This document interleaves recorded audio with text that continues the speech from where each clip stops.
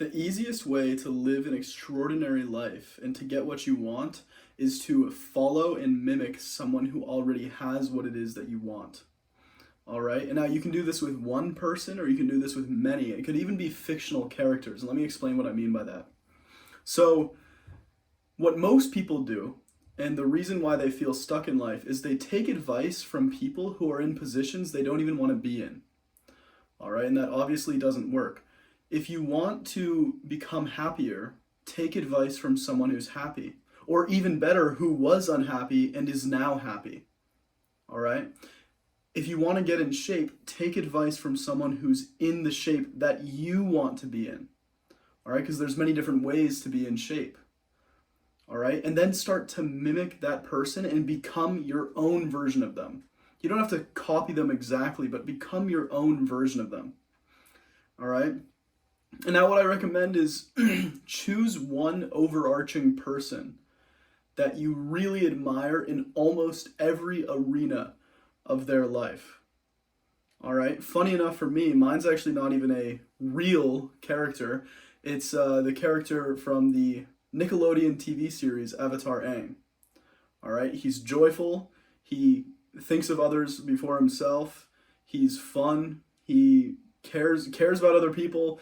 He's self-empowered, right? He's everything that I resonate with in a character. Open heart, creative mind, self-empowered, all right?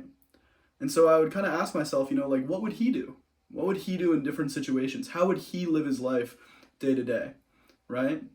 And then what you can also do is branch out from that and look at the kind of 4 to 6 very important arenas of life to mimic someone, right? And so you have this overarching person that you're able to kind of mimic and follow and seek guidance from. And then there's also different arenas of your life. So for example, you have your financial or abundance arena of life. You have your relationships. You have your mental, emotional well-being, your spiritual well-being. You have your creative expressions and passions and personal interests. All right, those are basically all of them. You have your health and well-being as well, your physical health and well-being.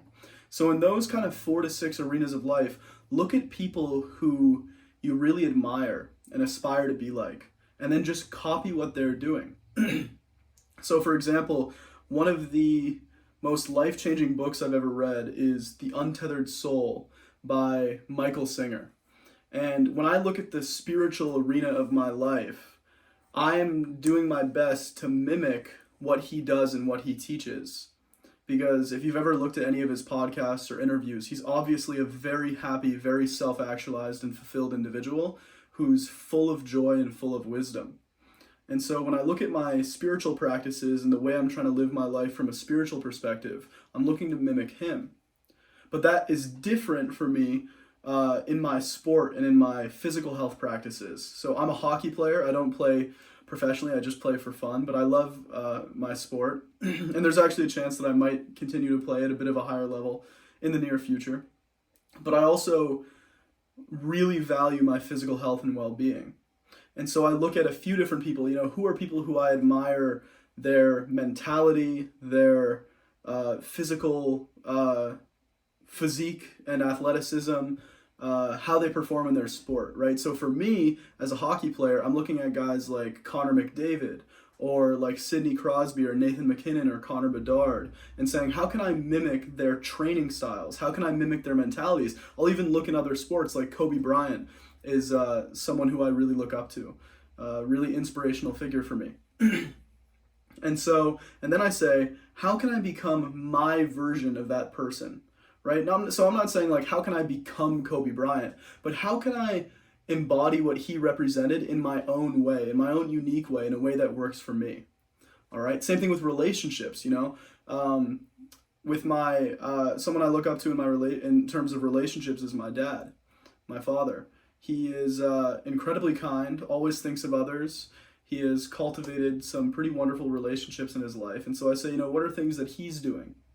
Right? And I try to cultivate that. So really it's about mimicking who you want to be and only ever taking advice and guidance from people who are in positions you want to be in. And that's the biggest mistake I see especially young people making, which is they take advice from people they don't even look up to. They don't even aspire to be like. They take advice from people who are living the opposite of what they hope to live themselves. And so one model for understanding this a little bit further that I really like is from Dr. Joe Dispenza, in which he says, your personality creates your personal reality. And your personality is made up of how you think, how you feel, and how you act. And even more simply, how you feel is based upon how you think and how you act. So really, what you're saying is, how am I thinking and perceiving things internally, and then how am I expressing that externally, right? And so if you're thinking and acting in a negative way, that's going to lead to a negative personal reality and a negative personality.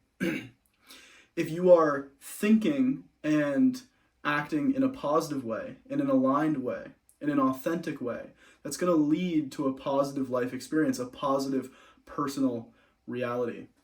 So that is my advice to you. Think of people that you look up to, right? It could be in any arena of life or just in all arenas of life, someone that you really, really look up to, and take out a notepad or a journal and write down how that person thinks and what the actions that person takes in all situations, even little ones, like how do they carry themselves? Do they make eye contact, right? Are they kind to other people, right? All these little details, and you don't have to get them perfect, but it just kind of gives you a blueprint so that you make sure you continue to move in the direction that you want to in life. And it's a very fun exercise and activity too. You know, it's fun to be inspired by inspiring people, right? So write out those people, write out the arenas of life. And like I said, there's about 4 to 6 that are really worth working on and improving. Actually, just to put it to you simply, there's 3 inner and there's 3 outer. The inner arenas of life is your mental, emotional well-being, your physical well-being, your physical health and vitality, and your spiritual well-being, because that's something that only you can control within yourself, how you're relating to life and to the universe. And then the outer pillars of your life is your abundance, which is your finances, your home, your car, right? How many resources you have. Abundance mastery. Then there's relationships with other people, other things, even other beings. I have a cat back here, right? Your relationships. And then your creative expression. How you're combining all of those arenas and then expressing your authentic self to the world, right? What are your passions? What lights you up inside? Is it business? Is it sports? Is it music? Is it dance? Whatever it is, right? Are you pursuing what you love? Are you following your bliss, as Joseph Campbell would say? All right, and so that is my advice to you. Look at those arenas of life. Look at where you would like to improve. And then also look at your life as just a whole path, a whole story even, a whole idea. And then look at the stories that other people have lived, the character that other people embody, people who inspire you. And then how can you mimic that, right? How can you mimic the thoughts that Kobe Bryant was thinking, all right? Or if that's not your person, how can you mimic the state of mind that, say, Michael Singer would embody, right? Author of The Untethered Soul, right? Another way you can do this too is ask yourself, how would my higher self, the version of me that is self-actualized, where all of those arenas in my life are a 10 out of 10, how would they act, right? How would they think? Would they be optimistic or pessimistic? Would they be kind or self-centered, right? Would they enjoy their life or be stressed out all the time? And then how would they act? How would they take care of their health? What would their diet be like? How would they be in relationships with other people? How would they speak? All these little details, and they'll fall into place. So don't pressure yourself, but just get a sense. Write these things out, and you'll create a very wonderful blueprint for yourself in order to get to where you want to go, and also, most importantly,